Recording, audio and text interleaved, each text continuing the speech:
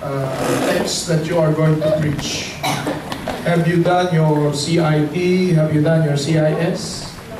Or need some help, need some clarifications? Maybe no from the body. Maybe no your status regarding the verses that was given to you. Meron na. Amen. No? So may outline na. Amen. Others. Wala po. How about the others? Wala pa. How about the others? Not yet? Nawawala. Asan yung group 1? Asan ang group 1, group 2, group 3? Nawawala na. Group 3. Yan, group 3. Group 1. Group 2. Group 2. Actually, this is expected when we deal with expository preaching. As you go along, there are dropouts somewhere along the line. But what is important is we have our CIT and CIS. We have the text that we are to preach. Amen. And we must be ready in everything that we are to prepare in doing our expository preaching. Now, as we go on, let me just show you this.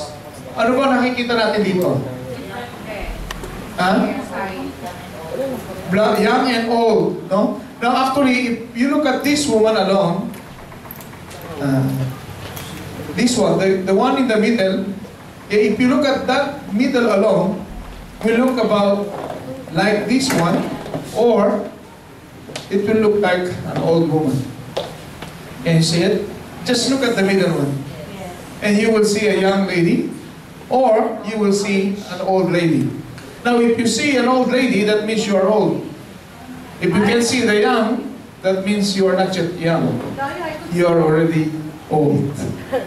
Can you see that young one? Yes. Amen? But more or less, you will see this old one. Diba? At a glance, you will see an old one. Now, this is an illustrations. These are illustrations that we can use in preaching. Amen? Now, normally what we just show is this one. And then let the participants, let the audience see the young one or the old one. Diba? This is an illustration now. Now, what we are going to deal now is design, discovering illustrations. Now, what do you think illustrations are important? Why do you think that illustrations are very important? Anyone?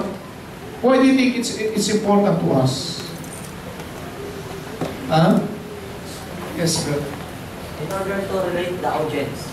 In order to relate the audience. Amen. In order to relate to the audience. What else?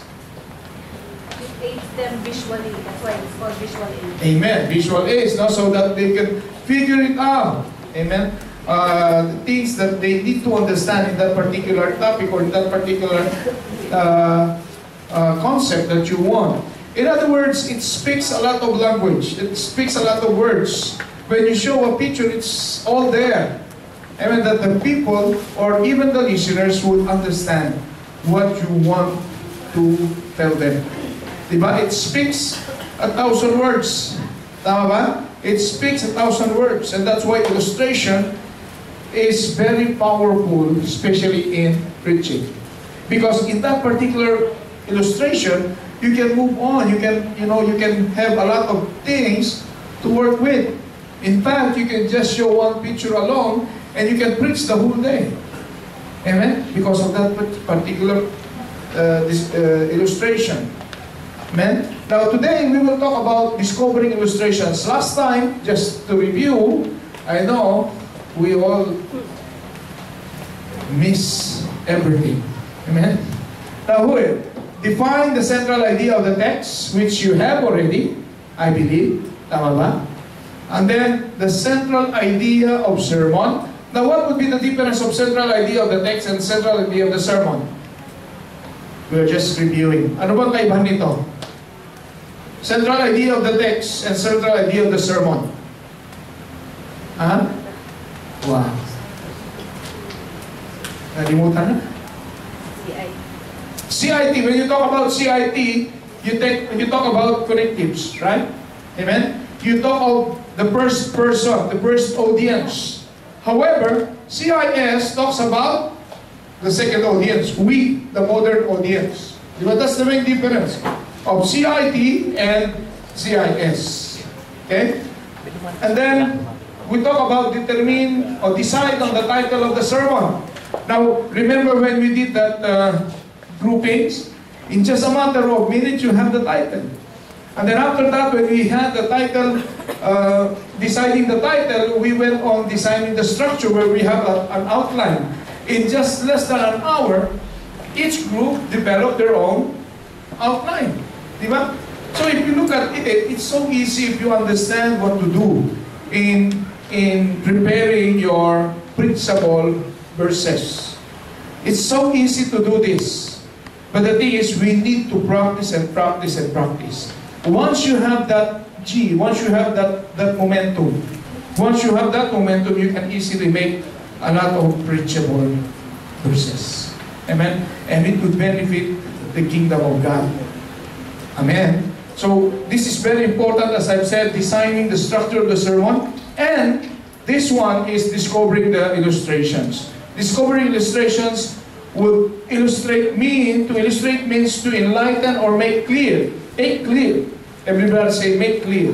Make clear. Make clear. The expositor should take some time at this stage intentionally to enhance his content with additional light, with additional information.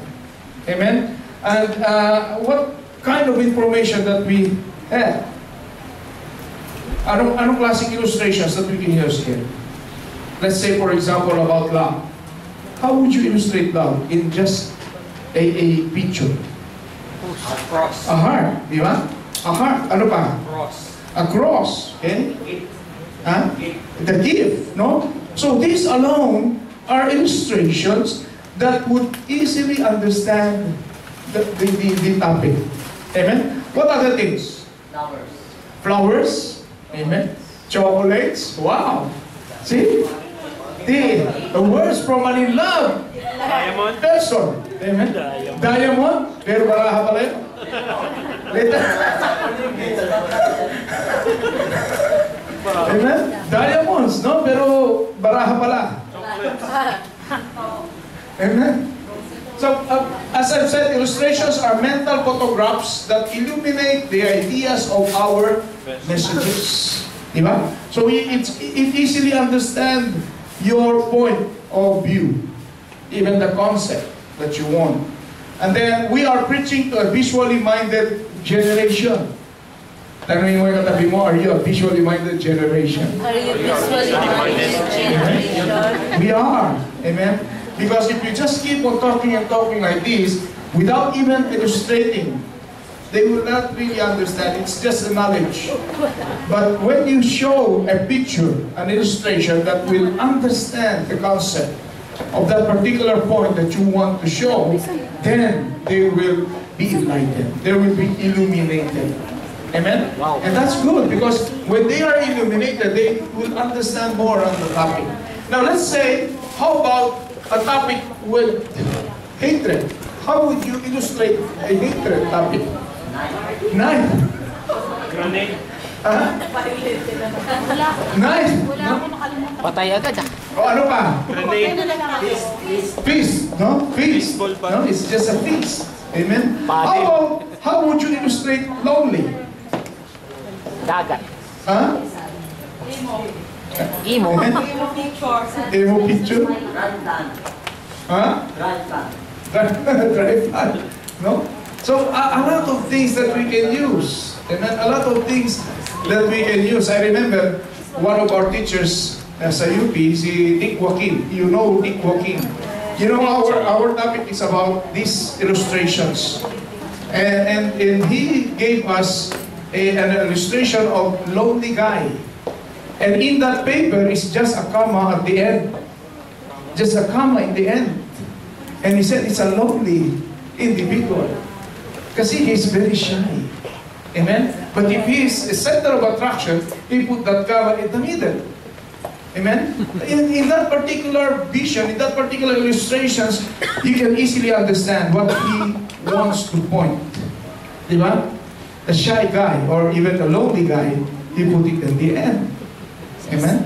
So a lot of things that we can do, a lot of things that we can show, especially in the pulpit. Amen? Ano pa? Any other weird thing that you can imagine? Anyone? Sa mga architect, pag mag-isip niyo mga yan. Brother Juan. Bukod doon, aside from lonely guy, ano pa? Other term that is so difficult to illustrate. Depressed. Okay, so how would you illustrate depressed? Brother? Broken heart. Broken. So my heart tapos broken sa gitna. Amen. No? Switch. Depressive. Amen. Di ba napakaraming pwede natin gawin. Ano pa? Bukod sa depressed. As another term, aside from depressed. Ano pa yung term na pwede natin gamitin to illustrate? Happy. Happy. How would you illustrate? Happy. Happy face. Happy. Now, look at this one. Look at this picture. Now, aside from happy, what can you see? What it illustrates you? Abundant. Abundant? What comes in your mind? Ahente. Joy. Joy? Ano pa? Celebrate. Sales. Celebrate? Ano pa? Nagbebenta. Business. Obesity. Obesity? Amen? See, in that particular picture, iba-iba yung lumalabas sa inyo, di ba? Di ba? Iba-iba yung lumalabas sa inyo. Why? Because it shows a very broad category of a presentation. It doesn't present only happy, but it represents a lot of things. Abundance, it presents joy, different things. Isn't it? Amen? So when you show an illustration, you must see to it that they will lead to that particular illustration.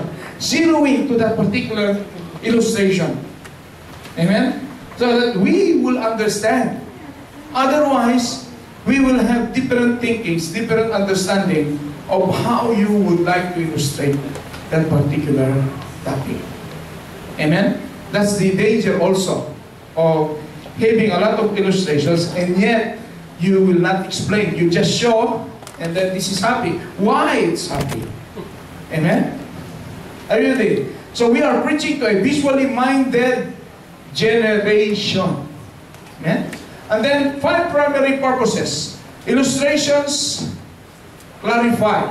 Amen? The first term there is clarify. Write it down, clarify. They primarily help listeners understand what is being explained.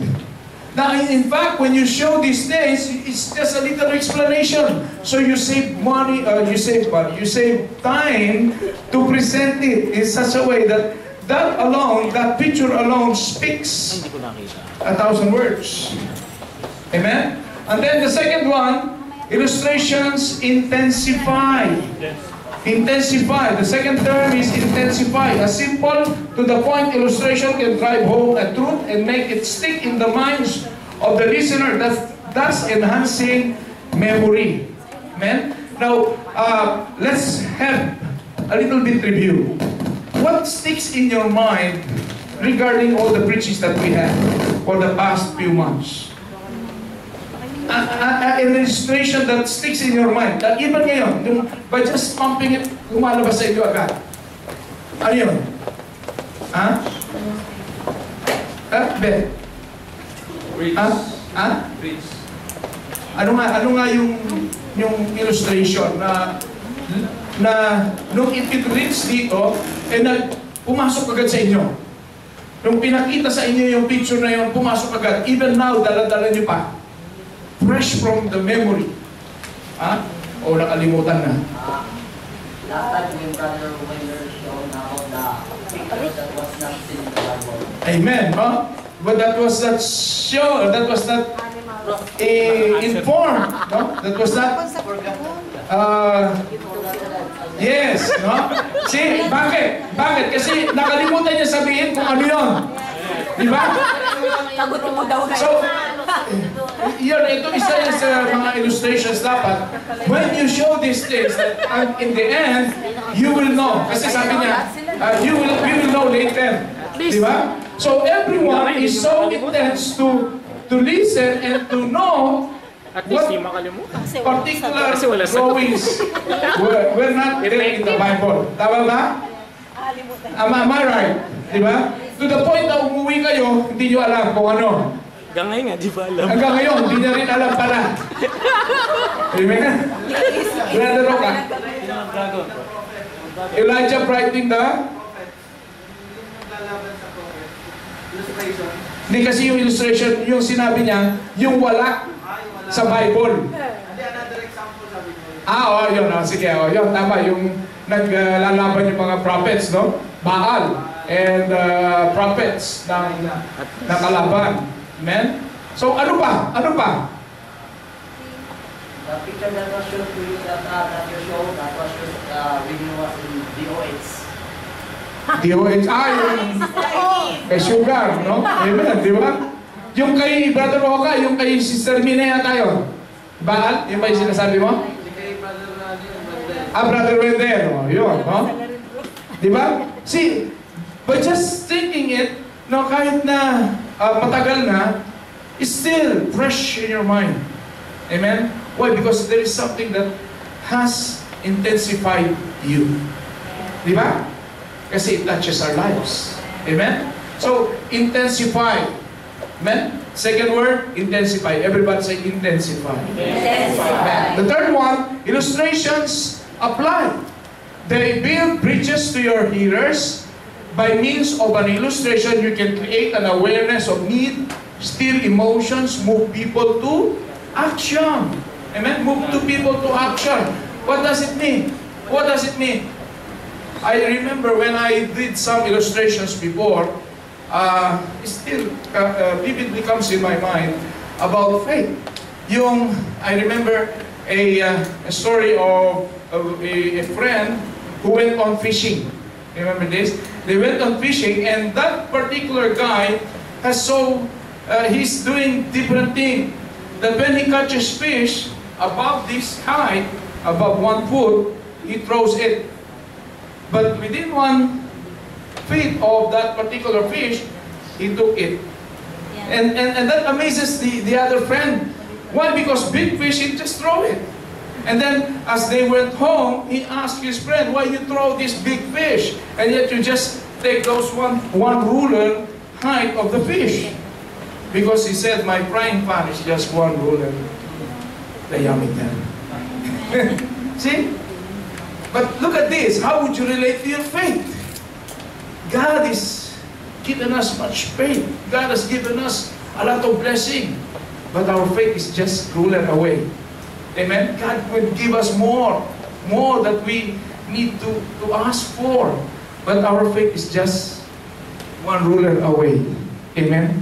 That is why we cannot even experience the abundance of God in our lives. See?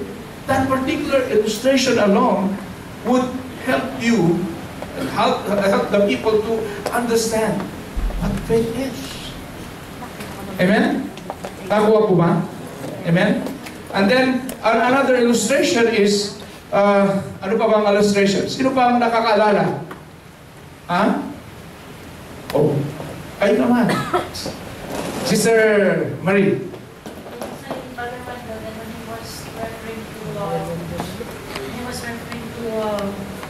The miracles of the Lord.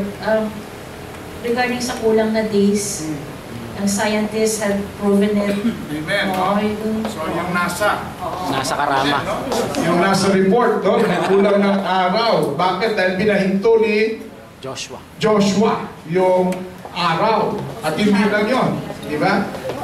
So proven na po yun. No? It was already made in science that it's the intervention of God. Bakit nagkulang araw? Amen? Ano pa? Meron pa? Ha? Ano? Sister?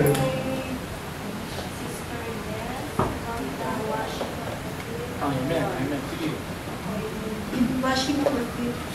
Diba? Si Lord Jesus. He speaks of humility, servanthood. Amen. Amen. See, washing of feet, kasi it's just normal kung titignan mo, just washing of feet. But look at this. Jesus is the one washing your feet, washing the disciples' feet. And then actually, it's a humbleness. While being a leader, being the Son of God, washing the feet of the disciples. And actually, we call it even a royal service. Amen? It's a royal service. Why? Because it's Jesus Himself washing the feet of the disciples. Amen? Amen? And then, illustrations attract. Wow, everybody say attract. Attract. Though people may not be especially interested in what you have to say, you can create interest and a favorable hearing by means of a well-presented illustration. Amen? Is anybody here still remember that well-illustrated illustration? Can somebody share to us? Kasi iba-iba yung pananaw natin, iba yung mga nakikita natin, di ba? Ano yung illustration na tumimo sa isipan natin? That attracts you. Sister. Yung kay Sister Gash, yung illustration niya na hard, that hard, na puro tao, when she presented that, I felt something inside of me na, Lord, I want to belong to that heart. I'm one of those people inside your heart. Amen. Kuya, hanggang ngayon, natatanda ko pa. Amen, di ba? Nakarecall agad sa isipan natin, o nandun agad, and actually, it attracts us that even Sister Mina was saying that I want to be part of that particular big heart. Di ba? Di ba napakaganda ron na you belong to that big heart? Amen? Ano ba? Sister? Nagtanong po siya kung sa akin po lang. Sabi ko niya sa center. Yung sagot po rin sa center. Sister Des is straight also the heart. And she asked, where is your profession? Where are you in the heart? Where are you in the heart? In my mind, I answer, is in the center. Amen. Kalain. Amen, no? So it challenges us actually, no? Where are you in that heart? Or are you in the heart? Sa labas. Amen? And I believe we are all in the heart. Amen? Amen? And then illustrations argue. They can demonstrate the validity of one contention and the fallacy of another. Oh, that's why when you do illustration, you must see to it that there will be no argument as much as possible. Why? Because dalawang mangyayari, no? Mahahati ang isipan ng iba. So, we need to be very careful about this to, as much as possible, no, prevent argumentation in the minds of the listener. Amen? Unless you have proven your fact, you have proven your research about that, then it would be a go. But if you are not so certain about it, don't create an argument in terms of that particular illustration. Amen? Actually, as I've shown you this is a big argumentation happened. When they showed only this center here, meant students in that particular experiment were divided. Students were divided that some were saying these are young, it shows a young picture, and the other side shows an old picture. And so the topic in the discussion goes on and on and on, and then the teacher showed them this, that this woman represents the young woman and the old woman. Diba? Sino rito ang young woman? Amen. Hindi na ako tatanong sa susunod. Amen? Kasi young tayo lahat. Illustration's quality. A good illustration is familiar. Familiar. Everybody say familiar. A good illustration clarifies the truth that you are communicating. The unknown is interpreted by the known. The unknown is interpreted by the known. And consequently, if your illustration involves something with which your listeners are familiar, it will help them understand what you are trying to say. Diba? Kanya, if you are next to prepare your message, and if you want to show an illustration, show it in FB.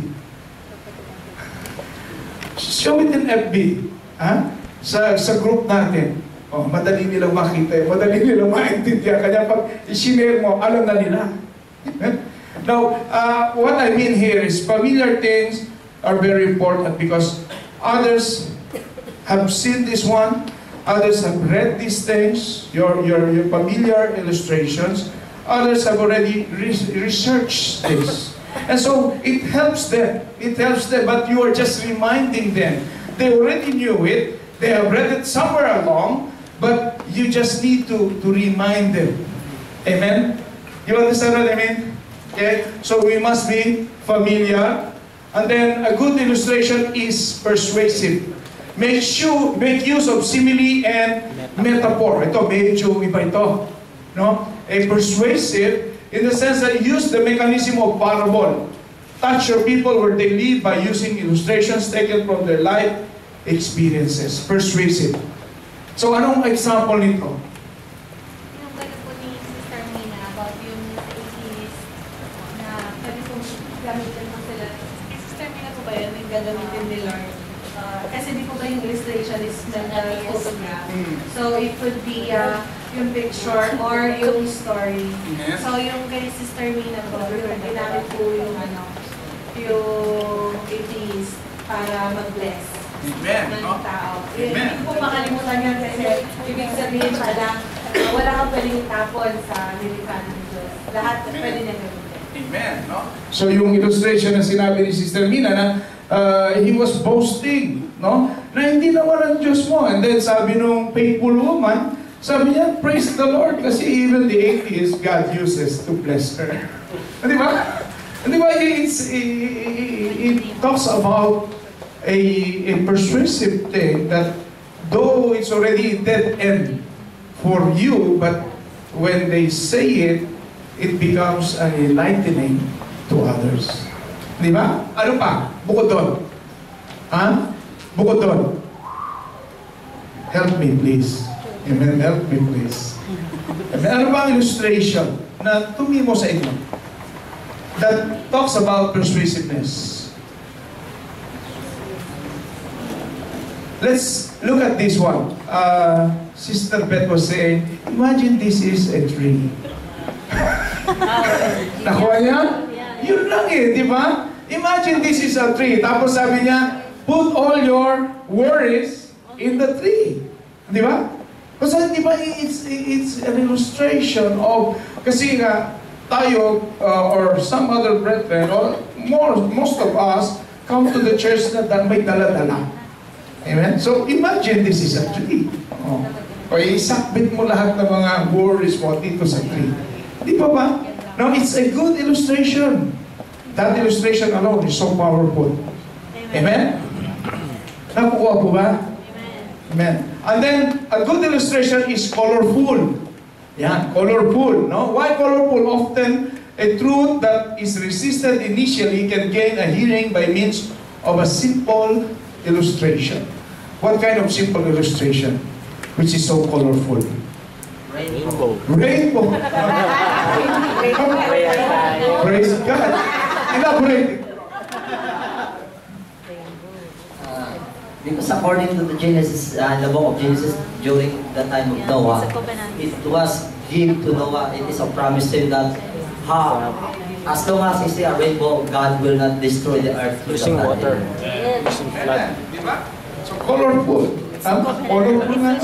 Praise the Lord. Talagang, bigla na lang lumabas sa kanya. Di ba? Bakit? Kasi dala-dala niya yun. Kasi tumimo sa kanya yun. Amen? Sa inyo, parang walang tumimo sa inyo. Sa anong tumimo sa inyo? Sister Marie? Ano? Pasok na. Sino pa? Sino ba? Yung tumimo sa inyo na yung simpleng-simple pero may dating sa inyo. Others kasi, yung ibang illustration walang dating sa kanila eh. Pero others, may dating talaga. Ha? Oh, sawa. one of your preaching when you told us a story about a man and a horse. So it reminds us that we must be at our present mind. Amen. Yung sinasabi niya rito, when a man trained a horse, and he said that when he said praise the Lord, the horse will run. When he say another praise the Lord, the horse will run faster. And as he says praise the Lord 3 times, the horse runs fast. And so he trained also his horse to stop the horse from running when he says hallelujah. Amen? But as he was using this horse, testing this horse, he was enjoying the environment. And he said, praise the Lord. And so the horse starts to run. And then again he says, praise the Lord. And then again he says, praise the Lord. The 3rd time, and the horse runs faster. And as the horse was running faster, he saw a cliff. And he cannot, because he was focused on the cliff, he forgot to say, stop to the horse. And as he was saying, and he was reminding all the things that he had trained the horse, because he forgot to say stop to the horse, he said many things. He said about his girlfriend, he said about many things like vinegar or alcohol and many things, because he forgot to say, what is the term? Hallelujah. No? But when he said, Lord, help me. And so the Lord refreshed him. Amen? And so he said, when he is about to go to that cliff, he said, hallelujah. Amen? And so the horse stops. And when the horse stops, he raised his hand and said, praise the Lord.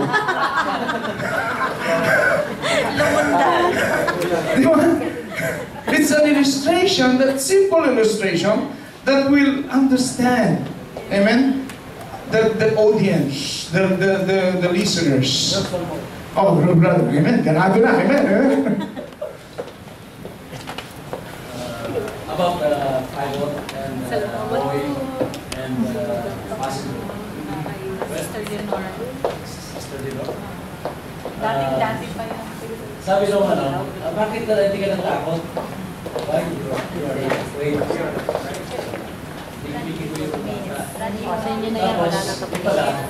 O yung boy sa nagpapadala pa. Kasi sabi niya, my dad is the pilot. Lord Jesus. Amen. Sister Leonor ba yun? Oh, amen. Di ba? Di ba na, in our environment, in our community alone, we have a lot of illustrations that we can specify, that we can tell. Sister Marie?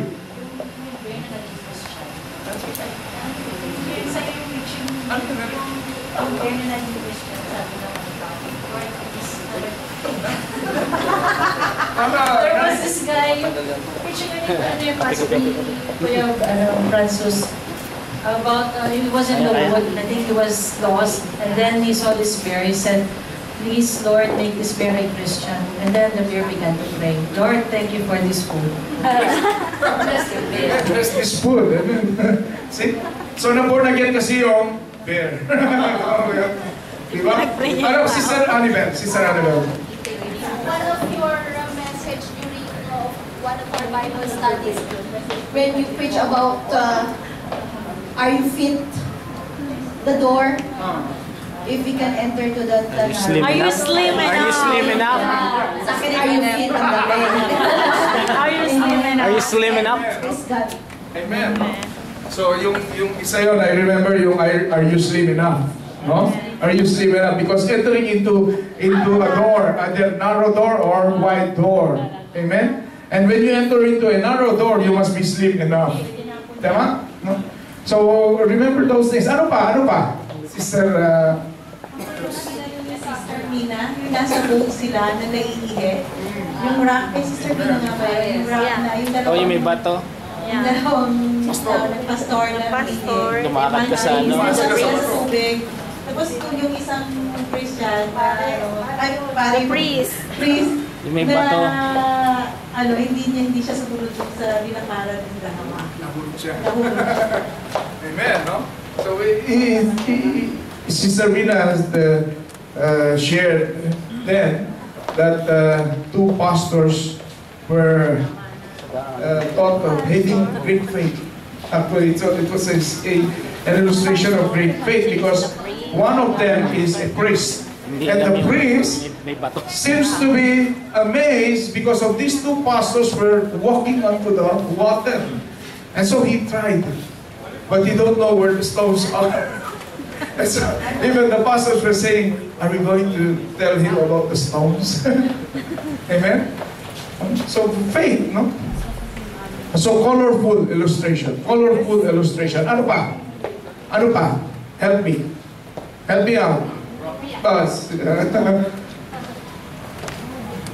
Yung illustration dun sa before na tayo mag-ano ng NLD, yung may bridge.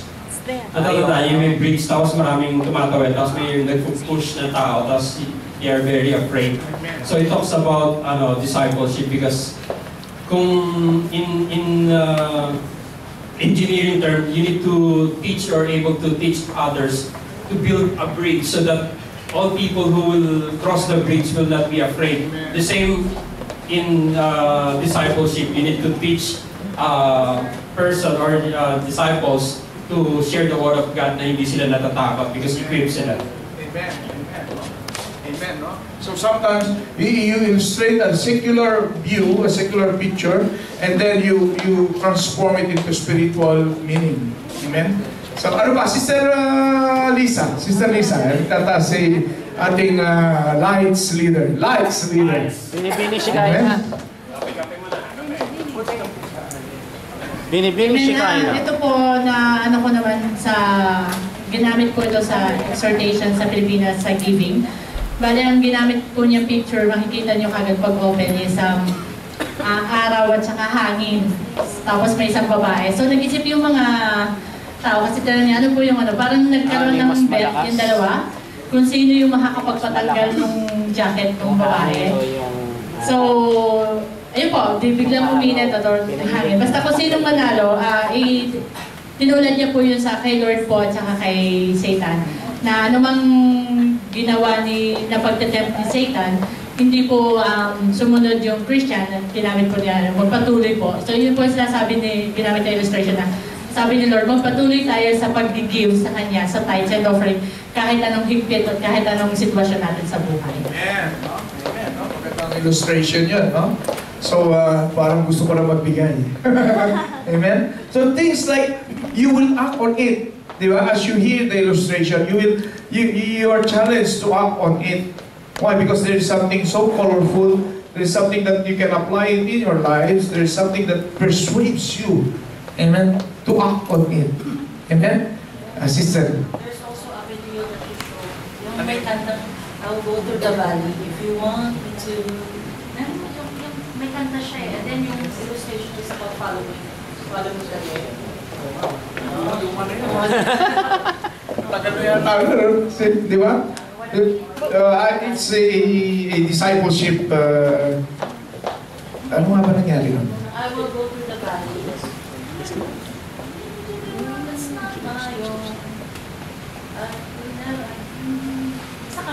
It was a song about following the Lord. That I will go to the valley if you want me to. Amen. Because there was a parang picture siya that, and even though her friends were sleeping, or still he was following the Lord. Amen. No? So even though yung valley na yun, sinusunod, parang may kasunod yun eh. May kasunod yun dahil sabi nung isa sa mga yon, dahil baguhan siya nakakilala, he said, I will throw all the alcohol in my life. And so, they were running, they were passing through the river. I will throw the alcohol into the river. Amen? And so, all the worship leaders said, let's go into the river. Medyo iba yung So, Sister Beth. Ano po, yung sa audition po ito yung kayo din po nag-teach. Bale siguro mga 3 or 4 years ago, about yung inulog niyo po yung kay Albert Hubbard na Don't Quit. Tapos, ang topic niyo po doon yung Have You Crossed Your Jordan River? So, nagano po siya, nag-mark po sa akin hanggang ngayon. Yung yung Have You Crossed Your Jordan River? Don't be afraid. Yun, as inano niyo po yung Don't Quit. So alam niyo po ba yun? Kasi nung mga high school kami, mahilig sa mga ganyan. Don't quit. When things go wrong as they are sometimes sweet, when the road you're treading seems all uphill. Siguro yung mga bata ngayon, hindi na maintindihan yung yun, no? Rest if you must, but don't you quit. Amen? Ano pa? Meron pa? Oh, brother, sino? Brother, sige, no? Kasi nakakatulong po ito. Yung illustration na what do you have in your house. The point, diba, it talks about the ordinary things in our house that if we are willing to give for the glory of God, kayang gawin ng Panginoon na ipakita yung kapangyarihan niya. Amen. So, what do you have in your house? Actually, the only one that she has in the house is just a little oil. Amen? And what is that oil symbolizes? It's the Holy Spirit. Amen? So what is in your house? What is in your house? Amen? An oil. And that oil alone makes her live forever because she has the Holy Spirit. What do you have in your house? Amen? Ano pa? Oh, sister, parang saya, no? Amen? Kayo din po yung nag-preach dun, that time ng, yung fence, saka yung rope, yung, kumbaga, how you stretch your, ano ba yun, yung, hanggang, paano i-stretch yung kakayanan mo with the power of the Lord in this ministry. Ano ba yun? Stretching, rubber band. Diba? That's why when God uses you, you must be stretched. Amen? Ha? Is stretch, enlarge, ano pa ba yun? Ha? Di ba, mga classical preachings that, tumiti mo sa atin. It's just an example of a rubber band that as you stretch it. Amen? And God wants us to be stretched because God don't want us to be in the comfort zone. Di ba? He wanted us to be outside of the comfort zone. And when you stretch a rubber band, sometimes it's so brittle that it might, amen, might break. Diba? But as you keep on stretching, it might break. Amen? But God doesn't break those whom He stretch. Tama ba yan? Amen? Ano pa? Sister Annabelle. Bro, it's about your preaching yung iba't ibang klase ng animals that you use. Yeah, siya. Yung isang may hayop na that they stay inside the cave, and then that shows that our God is our refuge, that we have a shelter. And even yung one time meron kang example about the life of lizard na nakakapasok. The lizard and the animals. Amen. Amen. No? They are little creatures, but they are so powerful. Amen? Di ba? Lizard and the ant. Yung ants, lizard, locust, and spider. Di ba? Sa ibang version, it's not spider, lizard yata. No, lizard yung... Sa King James, they use spider. But in NIV, they use lizard. No? But these are very powerful things that even though these four have no leaders, especially the ants, they don't have leaders, but they work. Amen? They work. Amen? Because, I don't know, there is something that in them that we can follow, that we can copy. Amen? And then, illustrations, a good illustration is appropriate. Work hard to see that your illustrations actually illustrate your point.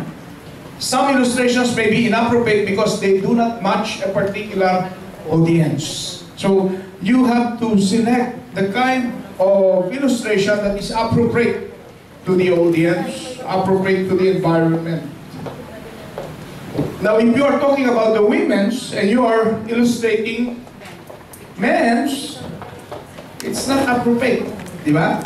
But if you illustrate a woman and illustrate also and talk to the women audience, then something that is more powerful. Amen? Now, how would you illustrate to women? Like what example that you can use?